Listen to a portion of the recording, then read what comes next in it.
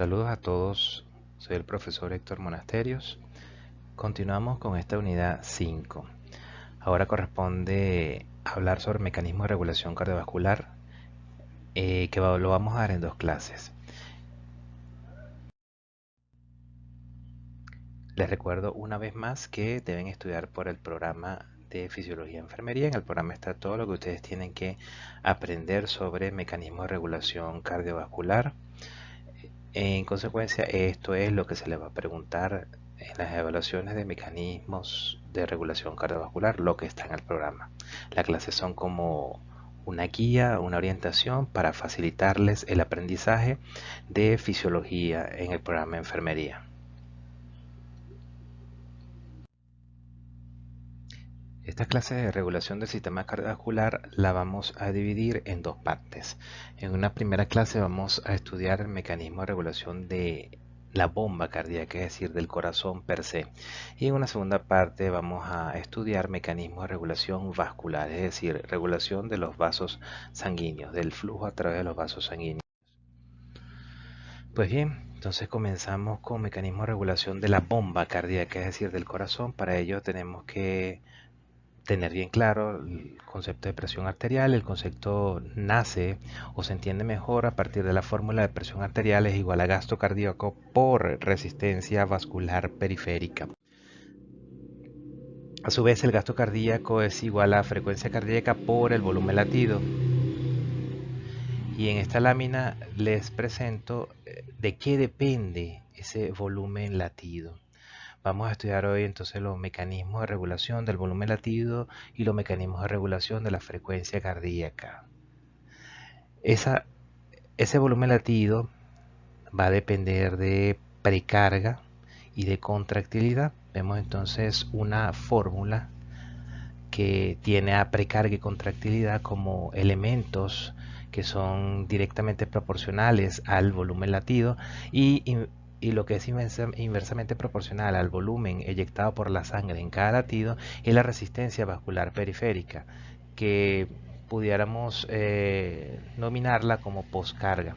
Recordemos que precarga es el grado de estiramiento de la fibra miocárdica ventricular al final de la diástole, es decir, en la telediástole. Qué tan estirada está esa fibra miocárdica, eso es precarga. Contractilidad es la capacidad del ventrículo para contraerse. Y la resistencia vascular sistémica o poscarga es la fuerza que se opone al vaciamiento del ventrículo, contra el cual el ventrículo debe contraerse, la fuerza contra la cual el ventrículo debe contraerse. Eso es poscarga. Muy bien, entonces comenzamos con los mecanismos que regulan el volumen latido. Vamos a dividir estos mecanismos en intrínsecos y extrínsecos. A su vez, los mecanismos intrínsecos pueden ser heterométricos, regidos por la ley de Frank-Starling, u homeométricos, que tiene que ver con la relación fuerza-longitud. Y están los mecanismos extrínsecos, que tienen que ver con el sistema nervioso autónomo, tanto simpático como parasimpático. Cabe acotar que cuando hablamos de mecanismos heterométricos, en el caso de los intrínsecos, estos son aquellos que producen cambios en la longitud de la fibra miocárdica. Por eso se llaman heterométricos, cambios en la metría, en la longitud de la fibra miocárdica. Los mecanismos homeométricos, por el contrario, no producen cambios en estas fibras miocárdicas, no producen cambios en su longitud. Homeométricos, mismo metría, misma longitud.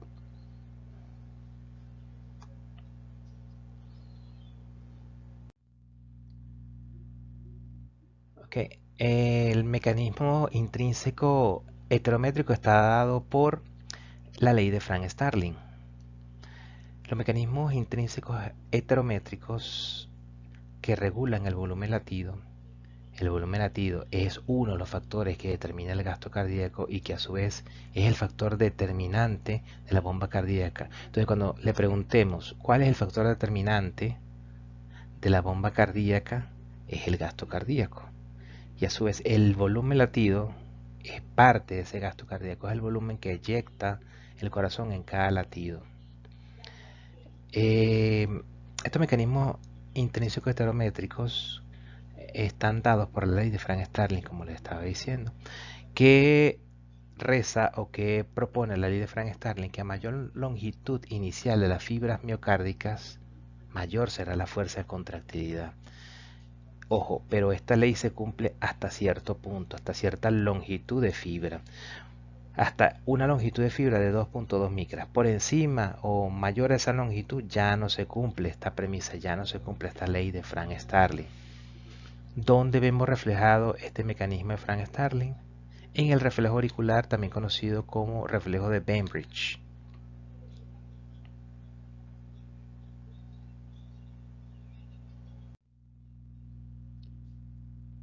¿Qué es el reflejo auricular entonces? Expliquémoslo. En la fase de inspiración aumenta el retorno venoso hacia la aurícula derecha por las venas cavas. Ese aumento del retorno venoso hace que los receptores de tensión ubicados en la pared auricular se activen. Esto genera que viaje por vía parasimpática hasta los centros de regulación cardiovascular ubicados en el piso del cuarto ventrículo. La respuesta de ese reflejo es por vía simpática. El impulso aferente viaja por vía parasimpática, pero la respuesta eferente es por vía simpática y el efecto es un aumento de la contractilidad. Vemos a manera de dibujo y de forma esquemática en el cuadro el reflejo auricular. En primer lugar, el estímulo, que es un aumento de la presión dentro de la aurícula. Eso activa receptores en la pared de la aurícula. Número 2, activa mecanorreceptores y desencadena la transmisión por vía aferente en el sistema parasimpático, específicamente el nervio vago o neumogástrico, par décimo craneal. Luego, esta información se integra a nivel del tronco encefálico y llega al piso del cuarto ventrículo.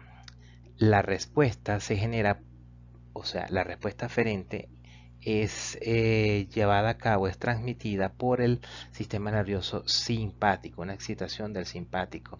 ¿Y cómo se expresa esta respuesta eferente? Por un aumento de la frecuencia cardíaca y la potencia de contracción, lo que se expresa en un aumento del gasto cardíaco. Reflejo auricular.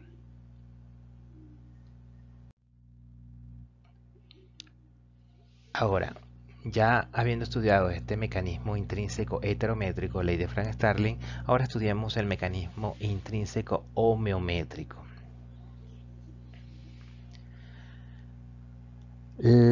Este mecanismo intrínseco está dado por la relación tensión-longitud o fuerza-longitud. Vemos en este sistema de ejes cartesianos representado en el eje de las X la velocidad y en el eje de las Y la fuerza. Vemos que a mayor fuerza, menor velocidad de contracción y viceversa. A mayor tensión del peso o de la carga, menor velocidad. Un ejemplo clásico, ejemplo clínico de este mecanismo intrínseco homeométrico es la hipertensión arterial. Si el corazón tiene un aumento de la poscarga, es decir, la fuerza que se opone al vaciado ventricular por un aumento de la resistencia vascular periférica, entonces la velocidad de acortamiento de la fibra miocárdica va a ser menor. A mayor necesidad de fuerza, menor velocidad. A mayor carga, más fuerza.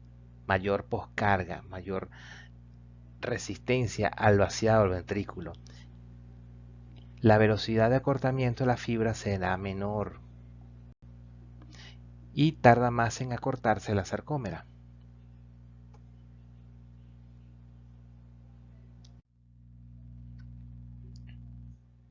Ahora, con ello abordamos mecanismos intrínsecos, tanto heterométricos como homeométricos. Ahora hablemos de los mecanismos extrínsecos que regulan el volumen latido. Ellos están representados por el sistema nervioso autónomo, tanto simpático como parasimpático. El simpático aumenta la contractilidad y en consecuencia aumenta el volumen latido. El parasimpático disminuye la contractilidad y en consecuencia disminuye el volumen latido. Receptores del corazón hay tanto simpáticos como parasimpáticos. Los simpáticos, representados por los receptores beta 1 cardíacos, responden a inervación simpática. Y los muscarínicos, que son los que responden a inervación parasimpática, son M1, M2, M3 y M4.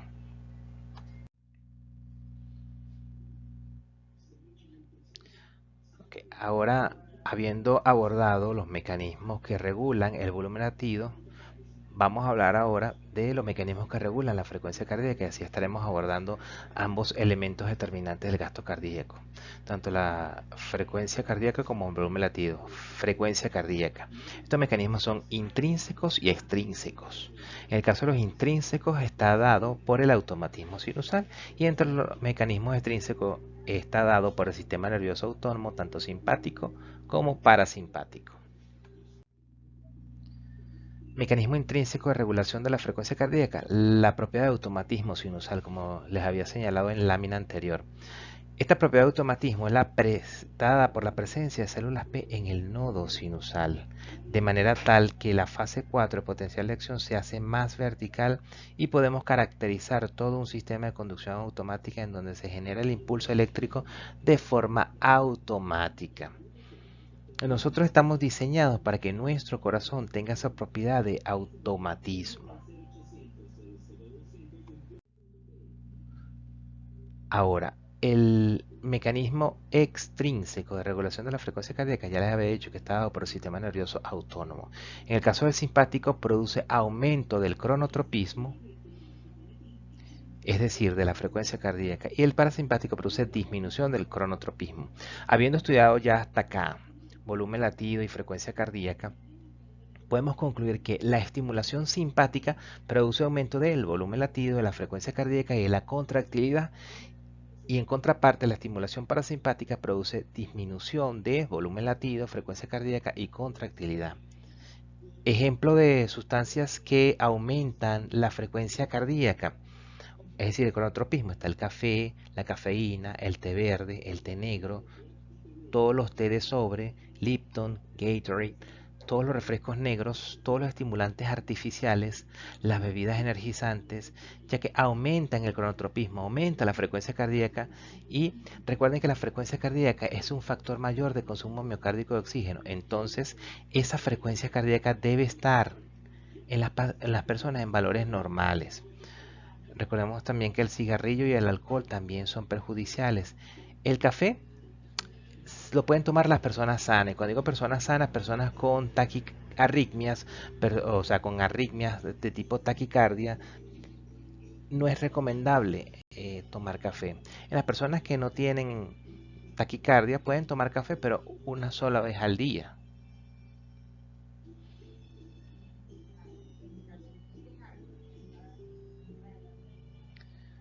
Ok, hasta aquí hablamos de los mecanismos de regulación cardiovascular de la bomba cardíaca, es decir, del corazón per se. Más adelante les publicaré la clase sobre el mecanismo de regulación cardiovascular vascular, o sea, el mecanismo de regulación vascular, la de los vasos sanguíneos. Muchas gracias por su atención.